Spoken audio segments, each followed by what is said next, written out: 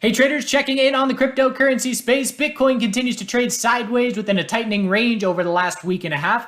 Individual bulls like Sol continue to steal the show, and ETH BTC pairing making a notable break here in the short term. Let's see if that returns Ethereum to the spotlight. So Bitcoin on the daily time frame tightening up here. We've got our high of the bull move, our daily support level at 46.3. This is the most important support level from here for me. A lower high over the weekend, unable to break resistance, and now watching for the potential that we trade sideways here and form a higher low compared to 46.3 for the next few days. So I personally have been unable to be comfortable as a bull at these levels as far as establishing any positions. I'm still holding my swing positions, partial. I got half on Bitcoin and 2/3 of my Ethereum, and I will hold those positions through weekly consolidation. But again, I'm just being patient and waiting for the trade to come to me on weekly consolidation, looking for 4-hour oversold conditions to play the next bounce, and looking for a weekly higher low to increase my position sizes on these swing trades after taking some initial profit in the mid to upper 40,000 range. So if we do see a bull break, again, I'm not going to do anything. The positions that I have will benefit, but it's not a spot where I'm comfortable adding. If I did want to be aggressive and add, for me, it's off of 46.3, because if that level breaks, weekly consolidation is then underway. And we have a handful of altcoins that have already started weekly consolidation, the weaker ones, Theta, Link, Doge, XRP, just a few more in there, but those are the ones that come to mind.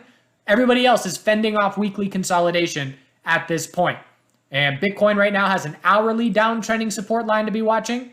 And this just saw a bounce take place. And you can see all these touches on it.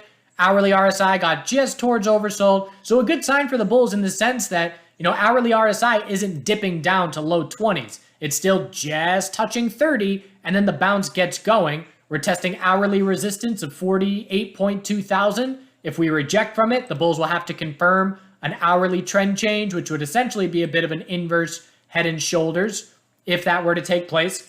But again, that's the short term. And when we're trading sideways within a range like this, I'm staying zoomed out as far as Bitcoin is concerned. And really, I'm just watching 50.5 and 46.3. And one of those levels is going to break here in the short term, and we are right in the middle of that range. Now, our bulls that have been leading are A-okay with Bitcoin continuing to trade sideways, because as we know, when Bitcoin trades sideways, our stronger altcoins, they're given a little bit of a leash as far as the ability to trade on their own without having to worry about the Bitcoin correlation as much. So just looking at our lead bull, SOL USDT, inside bar bull break, and just a bounce off the daily EMA 12, over 100 psychological resistance, and again, just a standout bull in complete control. The hourly time frame, I was keeping an eye out for a potential little rising wedge top, but again, when bulls are their strongest, they are able to negate any rising wedge setup, and I was keeping an eye on this right here, and the bulls broke it in their favor. So keeping that complete control at this point in time. So now we have more space on the hourly. Anything above $98 is an hourly high or low. So bulls will be watching for first 5-minute oversold conditions from here. And again, when's the last time we hit 5-minute oversold? It's been a while. And you can see the bulls are continuing to front run it. We dropped down to 37 RSI, 36 RSI, and bulls are getting real antsy, and they buy that real quick. Past 3 times, 36, 37, 36. So front running, oversold conditions, but scouting an hourly high or low, scouting EMA 12. When we lose the hourly uptrend, we'll zoom out and scout a 4-hour high or low. And again, just absolute lead bull with the BTC pairing, tick for tick correlated, which is keeping it in the spotlight. As long as that is the case, we'll be keeping an eye out for clues of the BTC pairing weakening first, but there aren't any signs of that at this point. ETH USD starting to stand out a little bit. So we just confirmed an hourly trend change, and we broke 4-hour lower high resistance. And again, just comparing that to Bitcoin, we have not confirmed an hourly trend change, and we are not even close to 4-hour resistance. So ETH BTC, daily equilibrium. This is a pattern that's been 8 days in the making. It just broke bull. So this is one where we were looking at our low of the pullback, high of the bounce, higher low, lower high, higher low, bull break. So with that, the dominance chart is potentially breaking bearish here. And again, a dominance chart breaking bearish is bullish for the cryptocurrency space overall with the pattern we've been seeing over the last year plus. And that's because it tells us that there is confidence in the crypto space and the altcoins are continuing to outperform Bitcoin. And a name like Sol is showing us that. So now ETH outperforming Bitcoin as far as today is concerned. And the question is, can these Ethereum bulls get back to this high? And again, we've got a lot of resistance up here. So it's almost like, you know, when you shake up a soda can as far as building pressure. I'm going to the 12-hour here and just drawing this resistance line. So the question is, can the bulls cause the opening of the soda can to result in a bull break? So far, the BTC pairing is doing the right thing. Now we need to see ETH/USD break 32.91 and then the high, 33.81. And again, if Bitcoin trades sideways, if Bitcoin sets a daily high or low and heads back up towards 49.7 thousand, and the ETH/BTC, if that pairing stays bullish, Ethereum is going to be testing its recent high fairly shortly. And if we were going to lose momentum, key level is now 31.44. That's the short-term support level, because if 31.44 were to break from here, the bulls would certainly be losing their short-term momentum. So for now, Ethereum trying to regain the spotlight. And part of the reason why I've kept 2/3 of my position versus exiting half of Bitcoin was looking for a weekly high or low on ETH/BTC. It's potentially shaping up. So we'll see if bulls can follow through. Again, this break just took place, you know, an hour, within the last hour. So trying to follow through from that. So we got Sol, AXS/USDT. So this is a name that I'm keeping an eye out for the potential of a daily lower high. We know the weekly time frame has not consolidated in a meaningful way in a while. We've had a very significant run of many hundreds of percent over the last couple of months. So when I am keeping an eye out for, you know, if we see Bitcoin start weekly consolidation, which coins are going to see decent setups for that pullback, I'm keeping an eye on AXS/USDT for the possibility that this would be a daily lower high. So we have a base of support at 67.11. That's the most important support at this point. And we would have to see an inability to break the recent high. We did just top out. And if we can pull back here and break, we would have to break 67.11. But that would confirm the daily downtrend into weekly consolidation. And looking at the BTC pairing, it's the same chart. So inside bars right now. And of course, if the inside bars on AXS/BTC break bull, then it's not going to be a good short candidate.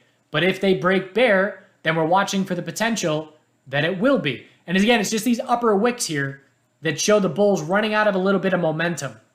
As we get to the upper 70s and the low 80s, just upper wicks show me tiring bulls after a significant run.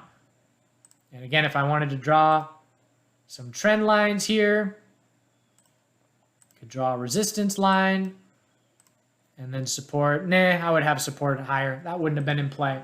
So forget that. But again, watching names like this, and Theta is one name that has already shown us weakness. Theta had already confirmed a downtrend on the daily, so it's already seeing weekly consolidation. So here's the bounce, and here's the loss of the pattern of a higher low every week.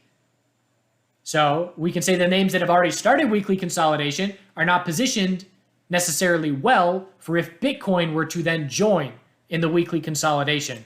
And Theta BTC trying to change a daily trend. And that would immediately eliminate, you know, if we set a daily high or low on the Theta BTC and Theta USDT charts here, that would immediately take it off of my keep an eye out for a short list. FTT USDT, want to go over a trade here, and a couple members got a little trapped trying to play a bounce. So look at the 4-hour time frame and look at what happens when you get up to 54, 53 and 54. We are met with massive bear volume on dumps right from that level. And this is now the 4th time that's happened.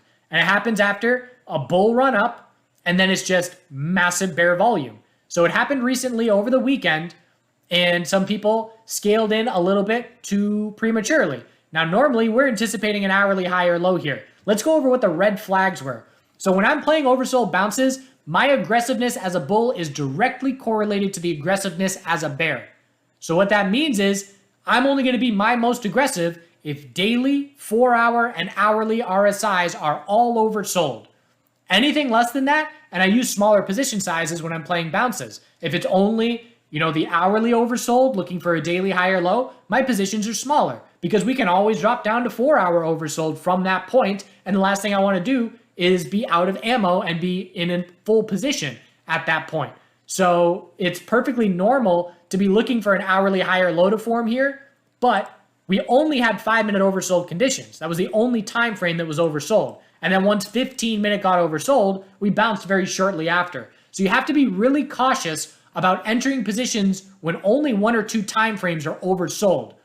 I should rephrase that. You don't need to be cautious entering positions. You need to be cautious entering large positions. Say to yourself, well, we're only 5-minute oversold. What if this were to keep dropping to hourly oversold conditions? I would get absolutely killed. And hourly oversold conditions is not something that's, extremely unusual. So we have to protect ourselves against a less likely scenario taking place, and it's the RSI levels lining up. It's got to be time frame after time frame oversold, in my opinion. The other big red flag was the volume. As soon as that bear volume started pouring in, and it really didn't start happening until this candle, that immediately is slow down your scaling in. This is different. This is unusual. This is a less likely situation taking place, and volume is showing me that. So there's another big red flag firing off saying, maybe I should just eat this loss, keep it a small loss, and not try and scale into the face of massive bear volume, again, when we're not even close to oversold on the hourly time frame.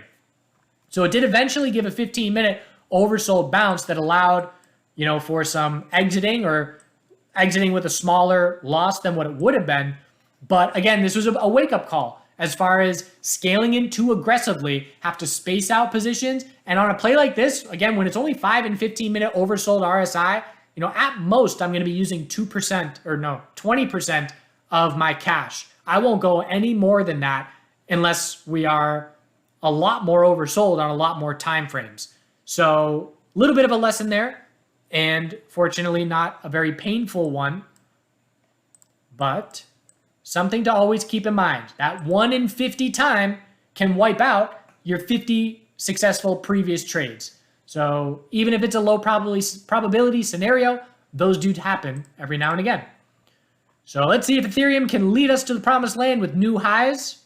And again, I will patiently wait for any adding positions. If that is the case, I will add 4-hour oversold conditions once we get there. I've been saying that for a long time, which means the trade hasn't come to me. Just patiently waiting. We have a Bitcoin 4-hour downtrend to be watching. Anything under 49.4 is just a lower high. But some of these altcoins definitely starting to try and position themselves to benefit if Bitcoin does trade sideways for the next couple of days. Feel free to ask any questions. I appreciate you watching. No weekly consolidation yet. 6 Fridays in a row. Green for Bitcoin. Bulls holding on. We also Friday, just to touch on the broader market, Friday Powell gave markets a big boost in confidence. We already had our bounce underway, but this is after Powell speaking. Blue sky breakouts on a ton of names out there. Apple is raging higher, and it's pretty much Powell saying, you don't have to worry about rates being raised in the short term. Even if we're going to taper, doesn't mean that rates are going to go up. So pretty much kicking the can further down the road and giving the market bulls some confidence. And really everything went up on Friday. Metals, commodities, stocks, crypto. And so we're just noting that we're in an extremely bullish environment as far as broader markets are concerned. And crypto definitely is benefiting from that to a certain degree. So something we're always keeping an eye on as well. Do good things. See you soon. Giving all my extra produce to the turkeys who've been eating it. We had a bear out here. There was actually a new mother turkey with 6 babies. A bit late. There was a big black bear right here the other morning. And he ran off that way. This is where the turkeys do their dirt bathing. So they scraped up everything and you can see all their feathers. But I've walked by here and there's been 10 turkeys just laying out, spread out. Social gathering spot. The corner princess tree is at it again. Chop it down again soon and we'll do it again next year. We went from 4 or from 1 trunk to 4 trunks this year. We'll see what next year brings. This dogwood is starting to put on some fruit. Those are edible, but tastes kind of like a gritty peach. Doing some more prep work for the hurricane aftermath that's coming our way, but I don't think it's going to be as bad as last time. I think we're just going to get a few inches over 2 days as opposed to, I think we had, I don't know, 10 or 12 inches in just a couple days last time. Digging out pipes.